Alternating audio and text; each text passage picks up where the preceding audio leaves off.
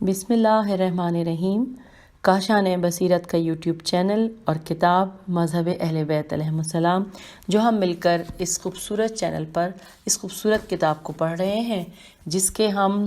360 صفحات پڑھ چکے ہیں، اور آج ہم نے 361 صفحات پڑھ چکے ہیں، اور اب آج کے اس پارٹ میں ہم 362 پیج کو مل کر پڑھیں گے اور یہاں سے آغاز کریں گے۔ لیکن میں تھوڑا سا بتاتی چلوں کہ ہم اس وقت جواب مکتوب پڑھ رہے ہیں، اور جواب جو ہے وہ مکتوب نمبر 29 کا ہے، جو ہم آج کی آڈیو میں، اس وقت کی آڈیو میں پڑھیں گے۔ اور اس جواب مکتوب میں ہم نے جو پڑھا تھا، اس جواب سوال جو تھا وہ عید غدیر کے حوالے سے حدیث ہے رسول اکرم صلی اللہ علیہ وآلہ وسلم کی، اس کے اوپر بات چل رہی تھی۔ اور جو پچھلی آڈیو میں آپ نے پیج 361 کی آخری گفتگو تھی، وہ ہم پڑھ لیتے ہیں اور پھر ہم اس سے کنٹینیو کرتے ہیں۔ اس میں یہ لکھا ہے، آخری میں یہ تھا کہ آخر میں کس وجہ سے اہل بیت علیہ السلام اور کتاب الہی کو ہم پلہ قرار دیا آپ نے، اور صاحب عقل و فہم کے لیے روز قیامت تک انہیں مبتدا اور پیشوا کیوں فرمایا، کس چیز کے لیے حکیم اسلام اتنا زبردست اہتمام فرما رہے تھے، وہ کون سی مہم تھی جس کے لیے اتنی پیش بندی کی ضرورت لاحق ہوئی، وہ کون سی غرض تھی جس کی تکمیل آپ کو لوگوں کے بھرے مجمع میں مد نظر تھی، وہ بات کیا تھی کہ جس کے پہنچانے کا خداوند عالم کی جانب سے اتنا تاکیدی حکم ہوا، وہ آیت اتری۔ اب یہ آیت ہم نے سامعین پچھلے آڈیو کے اختتام پہ پڑھی تھی، میں اس کو اب دوبارہ پڑھے لیتی ہوں۔ آیت کا ترجمہ ہے کہ اے رسول صلی اللہ علیہ وآلہ وسلم، پہنچا دو اس پیغام کو جو تمہارے پروردگار کی جانب سے نازل ہوا ہے۔ اگر تم نے ایسا نہ کیا تو گویا کاری رسالت ہی انجام نہ دیا۔ اور یوں انورٹڈ کاما کلوز ہو گیا، یعنی اس آیت کا ترجمہ میں نے پڑھ دیا، اور ہم اب پیج 362 سے آغاز کرتے ہیں۔ اس پہ لکھا ہے کہ یہ اتنی شدید تاکید اور دھمکی سے ملتا جلتا حکم دینے کی خدا کو ضرورت کیوں محسوس ہوئی؟ سوالیہ نشان۔ وہ بات کیا تھی جس کے پہنچانے میں رسول اکرم صلی اللہ علیہ وآلہ وسلم ڈر رہے تھے کہ کہیں فتنہ نہ کھڑا ہو جائے، اور ان کے بیان کرنے میں منافقین کی ایذا رسانیوں سے بچنے کے لیے خدا کی حفاظت و حمایت کے ضرورت مند ہو رہے تھے۔ اگر یہ سوالات آپ سے کیے جائیں تو کیا آپ اتنی عقل اور سمجھ رکھتے ہوئے یہی جواب دیں گے کہ ان تمام باتوں سے خدا اور رسول صلی اللہ علیہ وآلہ وسلم کی غرض صرف یہ ظاہر کرنا تھا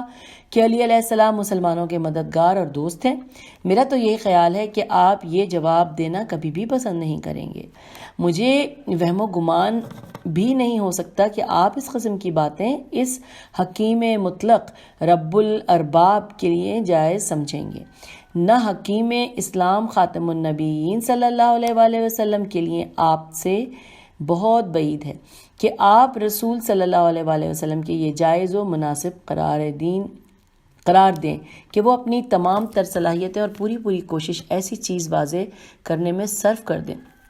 جو خود روشن اور واضح ہو، جس کی وضاحت کی کوئی ضرورت ہی نہ ہو، یا ایسے عمل کی وضاحت فرمائیں جسے وجدان و عقل سلیم واضح سمجھیں۔ مجھے تو کوئی شک نہیں کہ آپ یقیناً پیغمبر صلی اللہ علیہ وآلہ وسلم کے اقوال و افعال کو اس سے بلند و برتر سمجھتے ہوں گے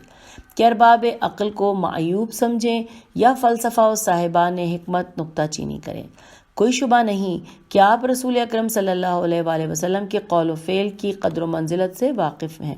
آپ معرفت رکھتے ہیں کہ رسول اکرم صلی اللہ علیہ وآلہ وسلم کے افعال و اقوال کس قدر حکمت سے لبریز اور شان عصمت کے حامل ہوتے ہیں۔ خداوند عالم جس کے متعلق فرماتے ہیں، اب یہ ہم پیج 363 پہ آ گئے ہیں، اور ہم یہ جو خداوند عالم فرماتے ہیں اس کا ترجمہ پڑھ رہے ہیں کہ انورٹڈ کاما، بے شک یہ قرآن ایک معزز فرشتہ، ان بریکٹ میں لکھا ہے جبرائیل علیہ السلام کی زبان کا پیغام، جو بڑا قوی عرش کے مالک کے بارگاہ میں بلند رتبہ ہے، سب فرشتوں کا سردار ہے، امانت دار ہے، اور مکے والوں تمہارے ساتھی محمد صلی اللہ علیہ وآلہ وسلم دیوانے نہیں ہیں۔ یہ انورٹڈ کاما کلوز۔ وہ واضح باتوں کی وضاحت اور بدیہی چیزوں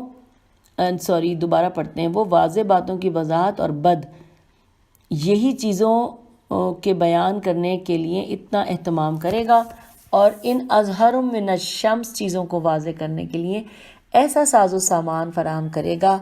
ایسی بے تکی و بے ربط پیش بندیاں کرے گا۔ خدا و رسول صلی اللہ علیہ وآلہ وسلم کی ذات ان محملات سے کہیں پاک و صاف اور بزرگ و برتر ہے۔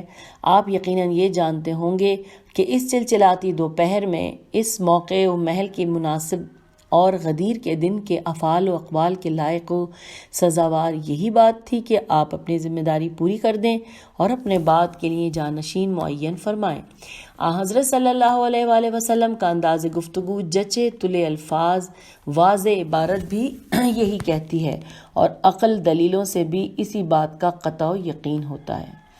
کہ حضرت صلی اللہ علیہ وآلہ وسلم کا مقصد اس دن یہی تھا کہ حضرت علی علیہ السلام کو اپنا ولی عہد اور اپنے بعد جانشینوں قائم مقام کر جائیں۔ لہٰذا یہ حدیث ان تمام قرائن کے ساتھ جسے الفاظ حدیث اپنے دامن میں لیے ہوئے ہے، امیر المومنین کے خلاف و امامت کے متعلق صریحی نص ہے، کسی تعویل کی گنجائش نہیں اور نہ اس معنی کو چھوڑ کر دوسرے معنی مراد لینے کی گنجائش نکلتی ہے۔ یہ تو ایسی واضح چیز ہے کہ کسی دلیل کی ضرورت ہی نہیں، بشرطے کہ انسان چشم بینا اور گوش شنوا رکھے۔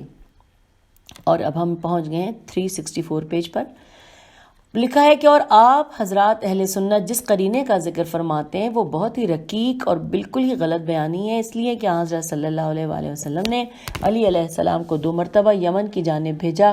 پہلی مرتبہ سن 8 ہجری میں، اس مرتبہ لوگوں نے حضرت امیر المومنین علیہ السلام کے متعلق تہمت تراشی کی اور مدینہ واپس آ کر رسول اکرم صلی اللہ علیہ وآلہ وسلم کی خدمت میں شکایتیں کیں جو رسول صلی اللہ علیہ وآلہ وسلم کو بہت ناگوار گزریں۔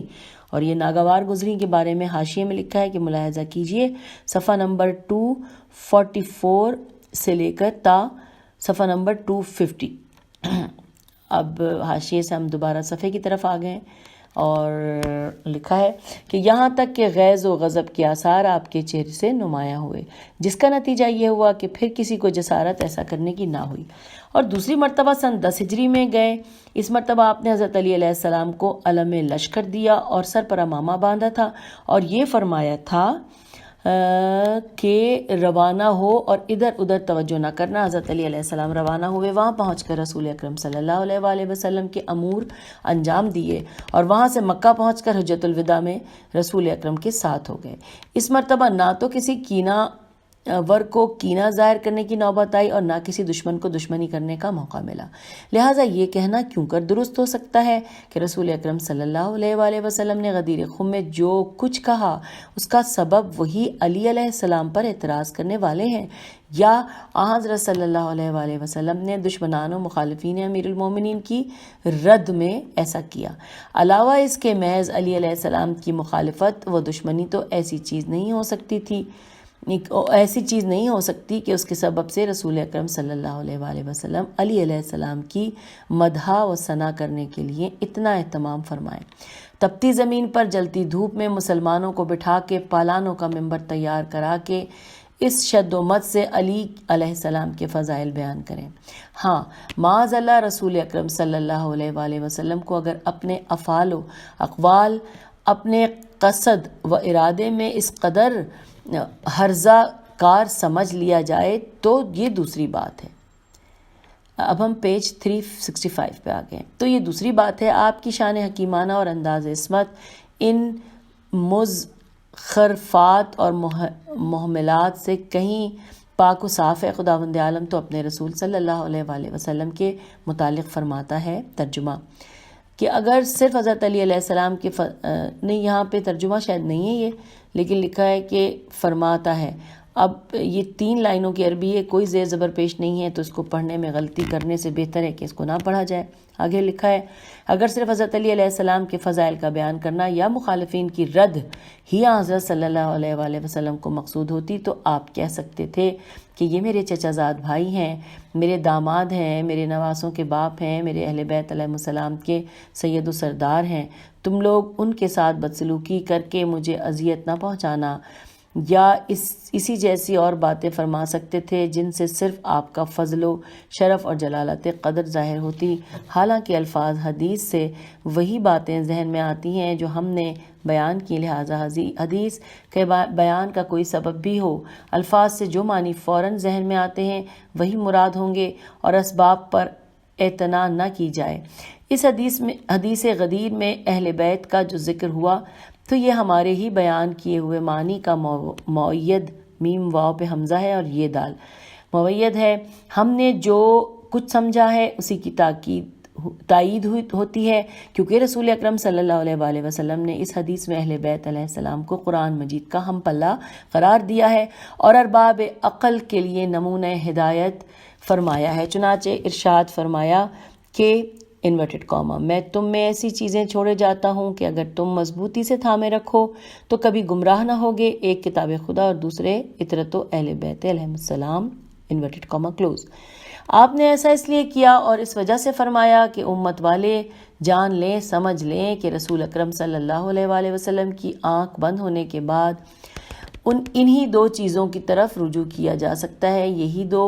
دونوں بھروسے کے لائق ہیں، ائمہ اہل بیت علیہ السلام کی اطاعت و اتباع واجب و لازم ہونے کا۔ آپ اسی سے اندازہ کر سکتے ہیں کیا حضرت صلی اللہ علیہ وآلہ وسلم نے انہیں کتاب خدا کے برقرار قرار دیا، کتاب خدا جس کے پاس باطل کا گزر تک نہیں، اس کا ہم پلہ انہیں فرمایا ہے۔ لہٰذا جس طرح کتاب الہی کو چھوڑ کر کسی دوسری کتاب کی طرف رجوع کرنا جائز نہیں ہو سکتا، بے نہیں اسی طرح ائمہ اہل بیت علیہ السلام کو چھوڑ کر ان کے مختلف کسی امام کی طرف رجوع کرنا جائز نہیں، اور حضرت صلی اللہ علیہ وآلہ وسلم کا یہ فرمانا کہ یہ دونوں کبھی ختم نہ ہوں گے یا کبھی جدا نہ ہوں گے یہاں تک کہ میرے پاس حوض کوثر پر پہنچیں، دلیل ہے اور واضح دلیل ہے۔ کیا حضرت صلی اللہ علیہ وآلہ وسلم کے بعد زمین پر ائمہ اہل بیت علیہ السلام سے دلیل ہے کہ حضرت صلی اللہ علیہ وآلہ وسلم کے بعد زمین ان ائمہ اہل بیت علیہ السلام سے خالی نہیں ہو سکتی، ان میں کا کوئی نہ کوئی فرد ہر زمانے اور ہر وقت میں ضرور موجود رہے گا جو ہم پلہ کتاب الہی کا ہوگا۔ اگر آپ اس حدیث پر اچھی طرح غور و تدبر فرمائیں تو یہ حقیقت آپ پر منکشف ہوگی۔ کیا حضرت صلی اللہ علیہ وآلہ وسلم نے یہ ارشاد فرمایا کہ خلافت کو ائمہ طاہرین ہی میں منحصر کر دیا ہے، ان کے علاوہ کی گنجائش میں ہی نہیں نکلتی؟ اس کی تائید اس حدیث سے بھی ہوتی ہے جسے امام احمد نے اپنی مسند جلد نمبر 5 صفحہ نمبر 132 پر زید بن ثابت سے روایت کی ہے۔ زید بن ثابت کہتے ہیں کیا حضرت صلی اللہ علیہ وآلہ وسلم نے ارشاد فرمایا، اب یہ انورٹڈ کاما میں ہے کہ میں تم میں اپنے دو جانشین چھوڑے جاتا ہوں، کتاب خدا جو ایک رسی ہے جس کا سلسلہ آسمان سے زمین تک ہے، اور دوسرے میری اطرت و اہل بیت علیہ السلام۔ یہاں انورٹڈ کاما کلوز ہو گیا۔ ہم پیج نمبر 367 پہ آ گئے ہیں اور 367 پہ ہم پڑھ رہے ہیں کہ آپ بے خبر نہ ہوں گے کہ اطرت کی اتباع کو واجب و لازم کرنا بعینہ ہی امیر المومنین علیہ السلام کی اطاعت و اتباع کو واجب کرنا ہے، اس لیے کہ آپ راس و رئیس اہل بیت علیہ السلام تھے، لہٰذا حدیث غدیر ہو یا اس جیسی دیگر حدیثیں سب کی سب حضرت علی علیہ السلام ہی کی امامت و خلافت کی نصوص صریح ہیں، سب سے آپ ہی کی امامت ثابت ہوتی ہے۔ جو حدیثیں اہل بیت علیہ السلام کے متعلق ہیں جن میں اہل بیت علیہ السلام کی اطاعت و اتباع کو واجب فرمایا ہے، رسول صلی اللہ علیہ وآلہ وسلم کی ان حدیثوں سے آپ کی امامت یوں ثابت ہوتی ہے کہ آپ راس و رئیس تھے اطرت و اہل بیت علیہ السلام کے، وہ اہل بیت علیہ السلام جن کی منزلت خدا اور رسول صلی اللہ علیہ وآلہ وسلم کے نزدیک کلام الہی جیسی تھی، اور جو روایتیں خود امیر المومنین علیہ السلام کے متعلق وارد ہوئی ہیں ان سے بلحاظ آپ کی گراں قدر شخصیت اور جلالت و عظمت کے آپ کی امامت ثابت ہوتی ہے، اور یہ پتہ چلتا ہے کہ آپ ہر اس شخص کے ولی تھے جس کے رسول اللہ صلی اللہ علیہ وآلہ وسلم ولی تھے۔ فقط وسلام شین۔ تو یوں جواب مکتوب کا اختتام ہوا اور ہم نے 29 مکتوب پڑھ لیے ہیں، اور اب اس کے بعد جو ہم مکتوب پڑھیں گے اس کا نمبر ہے مکتوب نمبر 30، اور پیج نمبر 368 پر ہم آ گئے ہیں۔ آئیے ہم پڑھتے ہیں مکتوب نمبر 30۔ مکتوب نمبر 30 میں ہیڈنگ ہے حق کا بول بالا، اور اس کے نیچے لکھا ہے کہ آپ ایسے نرم لب و لہجے میں اپنا مطلب بیان کرنے والا میں نے نہیں پایا، اور نہ آپ کا زور استدلال کسی میں دیکھا۔ آپ نے جن قرائن کا ذکر کیا ان پر غور کرنے سے میں اس نتیجے پر پہنچا کہ جو کچھ آپ فرماتے ہیں وہی ٹھیک ہے۔ شک و شبہات کے بادل چھٹ گئے ہیں اور یقین کے چہرے سے شکوک کے پردے اٹھ گئے ہیں۔ اب ہمیں کوئی تردد باقی نہ رہا کہ یقیناً حدیث غدیر میں لفظ ولی و مولا سے مراد اولا بالتصرف ہے، نہ کہ کچھ اور، کیونکہ اگر اس لفظ سے ناصر یا محب وغیرہ مقصود ہوتے تو پھر حارث کو عذاب کا سوال کرنے کی ضرورت ہی نہ تھی۔ لہٰذا لفظ مولا کے متعلق آپ کی جو رائے ہے وہی پایہ تحقیق کو پہنچی ہے۔ اچھا سامعین، یہ ہم پہنچ گئے ہیں پیج 369 پر، اور یہ میں آپ کو بتاتی چلوں کہ پی ڈی ایف سے میں پڑھ رہی ہوں، اور پی ڈی ایف سے مراد مقصد اس لیے کہہ رہی ہوں کہ پی ڈی ایف کی ہی میں نے ہارڈ کاپی اس کی فوٹو کاپی کروا کے تیار کروائی ہے، اور جو کچھ پی ڈی ایف میں ہے وہی یقیناً فوٹو کاپی میں آیا ہے۔ تو چند صفحات، یعنی یہ 4 صفحات، پیج 369، پیج 370، پیج 371 اور پیج 372، یہ 4 صفحات ایسے ہیں، یعنی دیکھا جائے تو 2 صفحے ہوں گے کہ ہو گئے ہیں وہ 4، کیونکہ ان کی دونوں سائڈیں ہیں، تو اس میں پیج مڑا ہوا تھا ایک سائڈ سے، لیفٹ سائڈ سے، جس کی وجہ سے جو تحریر ہے وہ مخفی ہے، یعنی ہمیں نظر نہیں آ رہی ہے۔ تو جتنا میں کوشش کروں گی کہ طریقے سے پڑھ سکوں، لیکن جو چیز نہیں لکھی وہ یقیناً ہم نہیں پڑھ پائیں گے۔ تو آئیے ہم پڑھتے ہیں۔ اب میں نے یہ پڑھا کہ رائے ہے وہی پایہ تحقیق کو پہنچی ہے، اور وہی درست تک تو میں پڑھ سکتی ہوں، اس کے بعد نہیں سمجھ میں آ رہا۔ اس کے نیچے اگلی لائن میں لکھا ہے کہ اچھا ایسا کیوں نہیں کہ آپ بھی اس حدیث، اس کے بعد پھر کچھ نظر نہیں آ رہا۔ اگلی لائن میں لکھا ہے اختیار کریں جو ہمارے بعض علماء مثلاً علامہ اب ابن کے بعد پھر سے صفحہ کیونکہ مڑا ہوا ہے کونے سے، اس کے آگے نہیں لکھا ہوا، اور نیچے لکھا ہے سوائق محرقہ میں اور علامہ حلبی نے سیرت حلبیہ، اس کے بعد پھر نہیں سمجھ میں آ رہا۔ تو یہ 4 لائنیں ایسی ہیں جو ہمیں ان 4 صفحات پہ پریشان کریں گی، لیکن ہم بہرحال اپنے جتنا لکھا ہوا ہے وہ آپ کے ساتھ میں بیان کروں گی۔ تو یہاں پہ لکھا ہے سوائق محرقہ میں اور علامہ حلبی نے سیرت حلیبہ، اس کے بعد جب سمجھ میں نہیں آ رہا تو اگلی لائن مکمل ہے جس میں لکھا ہے اختیار کیا ہے، اور وہ کہتے ہیں کہ ہم تسلیم کرتے ہیں کہ حضرت علی علیہ السلام اولا بالامامت تھے، آپ ہی کے لیے امامت زیبا تھی، لیکن مقصود نتیجے کا رد معال کار ہے،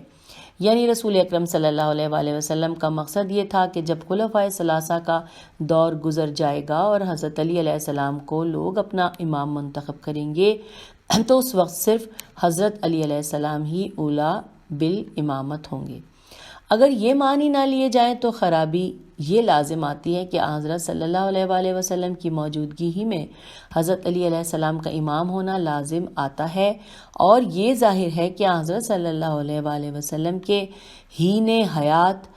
آپ کے امام ہونے کے کوئی معنی نہیں۔ لہٰذا مقصود پیغمبر صلی اللہ علیہ وآلہ وسلم یہ تھا کہ جب لوگ آپ کی بیعت کریں، آپ کو خلیفہ منتخب کریں، آپ کی امامت پر اجماع کریں، اس وقت آپ ہی اولا بالامامت ہیں۔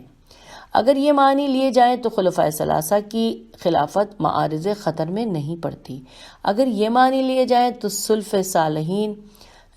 جو حضرت علی علیہ السلام کو چوتھا خلیفہ مانتے ہیں ان کے دامن پر کوئی دھبا نہیں آتا، اور آپ جو ثابت کرنا چاہتے ہیں وہ بھی ثابت ہو جائے گا۔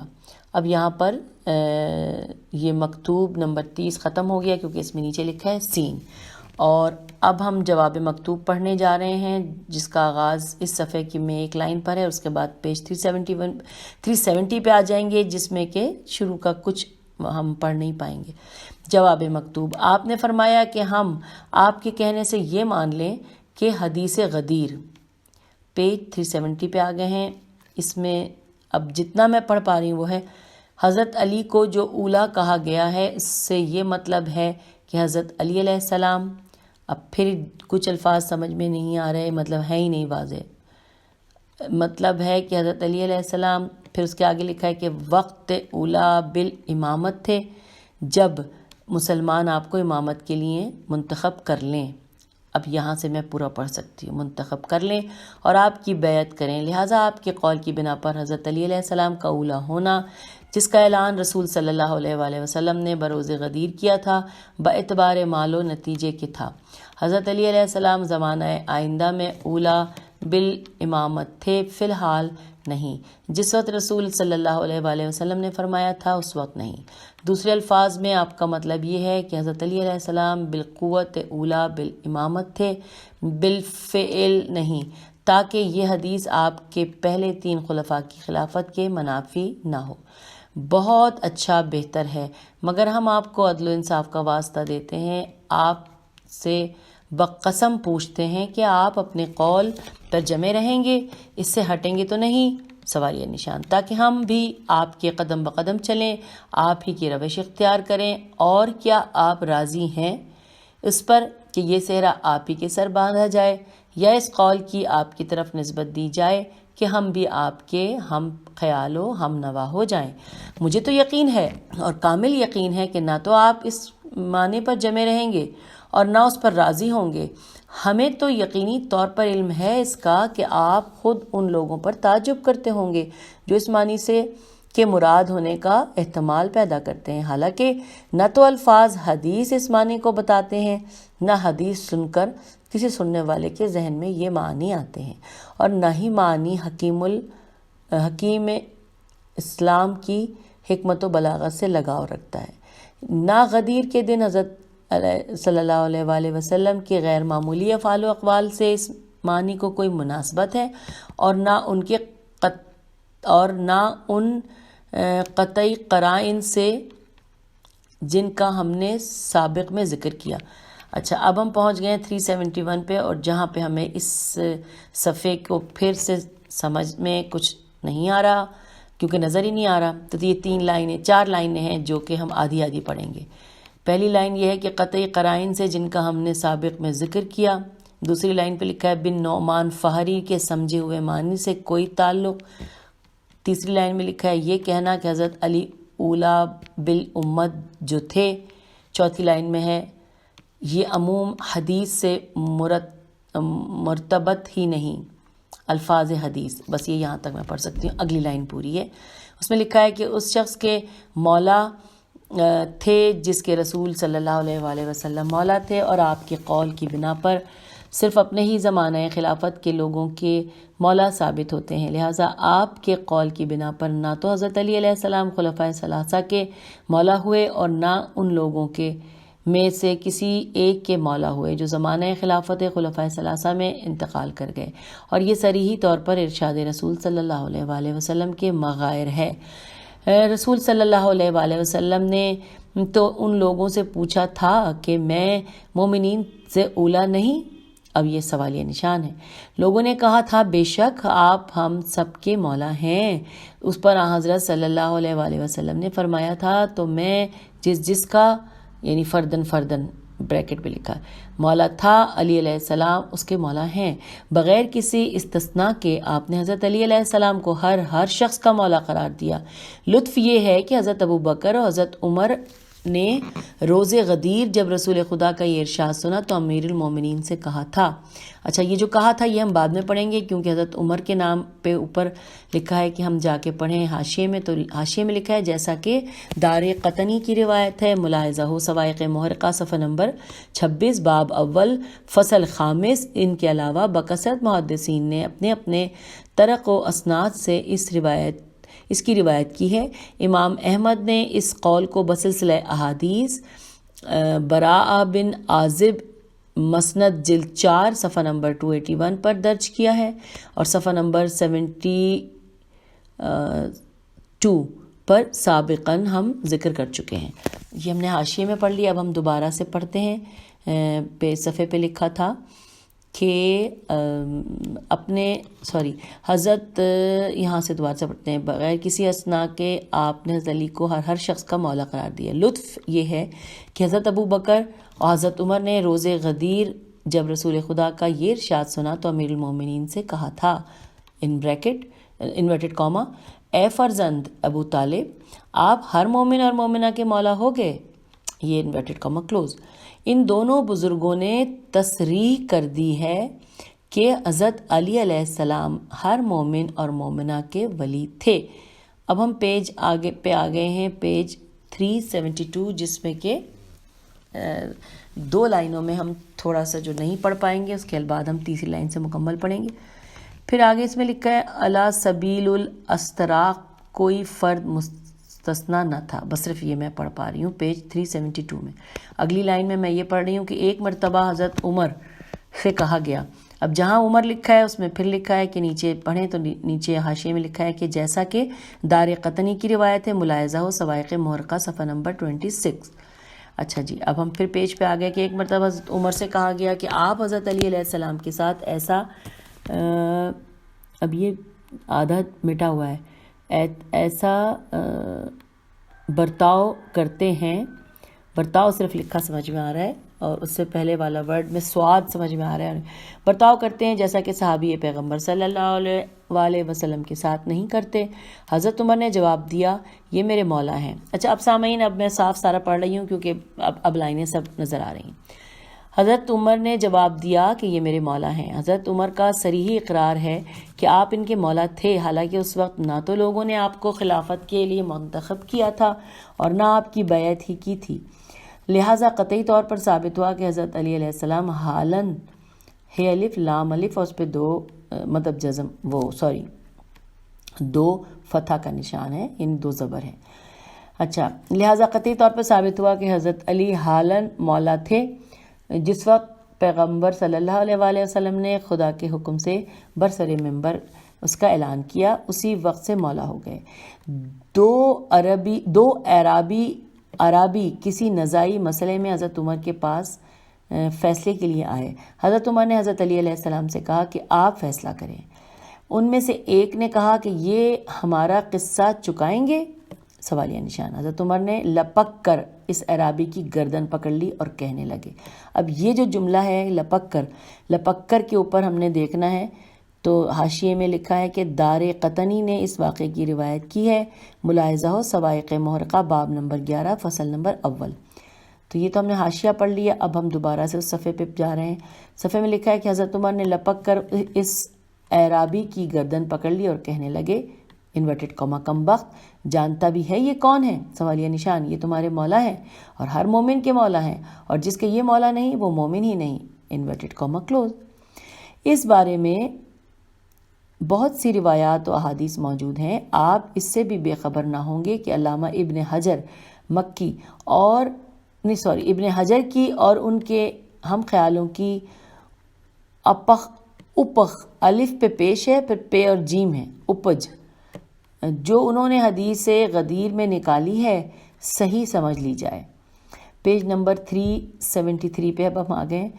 صحیح سمجھ لی جائے تو اس کا نتیجہ یہ نکلے گا کہ معاذ اللہ پیغمبر صلی اللہ علیہ وآلہ وسلم کا غدیر کے دن ہر قول و فعل بیہودہ و محمل سمجھا جائے، نعوذ باللہ، معاذ اللہ۔ رسول صلی اللہ علیہ وآلہ وسلم حرزہ کار سمجھے جائیں، نعوذ باللہ،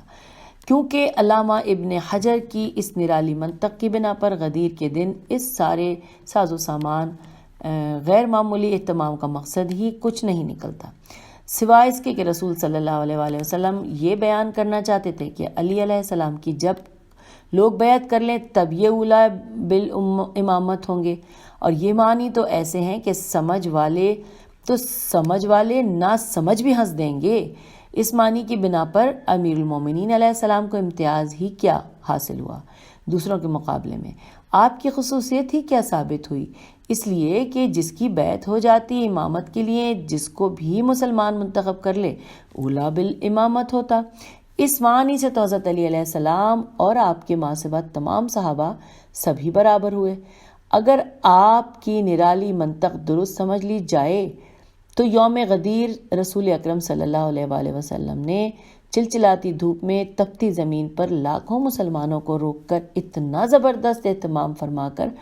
کون سی اہم بات فرمائی؟ بمقابلہ دیگر اصحاب کون سی مخصوص فضیلت حضرت علی علیہ السلام کی بیان کی؟ علامہ ابن حجر وغیرہ کا یہ کہنا کہ حضرت علی علیہ السلام کا اولا بالامامت ہونا معالن اگر نہ مانا جائے تو اس صورت میں حضرت علی علیہ السلام کا رسول صلی اللہ علیہ وآلہ وسلم کے جیتے جی امام ہونا لازم آئے گا، تو یہ نرالی فریب وہی ہے، تو یہ نرالی فریب دہی ہے، اور انبیاء و خلفاء و ملوک و عمراء کا جو دستور ہمیشہ سے چلا آ رہا ہے کہ وہ ہمیشہ اپنی زندگی میں ہی اپنا جانشین مقرر کرتے آئے، اس سے غفلت شعاری اور تغافل کشی ہے۔ حدیث، اب یہ حدیث ہے جس کا ترجمہ ہے، جس کے بعد لکھا ہے کہ جس مطلب پر دلالت، اب یہ حدیث یعنی انتا منی بمنزلت ہارون من موسیٰ، جس مطلب پر دلالت کرتی ہے، اس سے عمدن ناواقفیت کا اظہار اور دعوت عشیرہ کے موقع پر حضرت صلی اللہ علیہ وسلم نے جو فرمایا تھا ان کی بات سننا اور ان کی اطاعت کرنا، یا اسی جیسے دیگر ارشادات پیغمبر صلی اللہ علیہ وآلہ وسلم کو بھلا دینا ہے۔ علاوہ اس کے اگر ہم تسلیم بھی کر لیں، سامعین ہم پیج 374 پہ آ گئے، علاوہ اس کے اگر ہم تسلیم بھی کر لیں کہ علی علیہ السلام کا اولا بالامامت ہونا غیر ممکن ہے کیونکہ رسول صلی اللہ علیہ وآلہ وسلم کی زندگی ہی میں ان کا امام ہونا لازم آئے گا، تو کم سے کم رسول صلی اللہ علیہ وآلہ وسلم کی آنکھ بند ہونے کے بعد سے تو حضرت علی علیہ السلام ہی کو اولا بالامامت ہونا چاہیے، بیچ میں فاصلہ تو نہ ہونا چاہیے جیسا کہ طے شدہ مسئلہ ہے۔ علماء معانی و بیان کا بنایا ہوا قاعدہ ہے کہ جب کسی حقیقی معنی پر عمل کرنا دشوار ہو تو مجازی معنوں میں جو معنی قریب ترین ہو اس پر عمل کرنا چاہیے، لہٰذا من کنت مولا فہذا علی مولا میں لفظ مولا کو اگر اس کے حقیقی معنی اولا بالامامت پر حمل کرنا دشوار سمجھتے ہیں کیونکہ نبی کی زندگی میں امام لازم آئے گا، تو اس کے یہ معنی سمجھیے کہ رسول صلی اللہ علیہ وآلہ وسلم کی آنکھ بند ہوتے ہی بغیر کسی فصل کے یہ اولا بالامامت ہیں۔ رہ گیا یہ کہ مولا سے اولا بالامامت اگر معالن مراد لیا جائے تو سلف سین لام فے سلف صالحین کا احترام باقی رہے گا، اور حالن اولا بالامامت سمجھا جائے تو نہیں، تو یہ بالکل ہی غلط ہے۔ مولا سے اولا بالامامت حالن مراد لینے پر بھی سلف صالحین کے دامن پر کوئی دھبا نہیں آ سکتا، ان کا احترام تعویل کے بغیر بھی باقی رہتا ہے، جیسا ہم آئندہ اگر ضرورت پیش آئی تو اس کی وضاحت کریں گے۔ اور یوں جواب مکتوب ختم ہوا کیونکہ اس میں آگے لکھا ہے شین۔ تو پیج نمبر 374 پر ہم نے جواب مکتوب پڑھ لیا، یہیں پر ہم اس آڈیو کا اختتام کرتے ہیں اور اس کے بعد آگے انشاءاللہ پڑھیں گے۔ تب تک کے لیے اجازت دیجیے، فی امان اللہ۔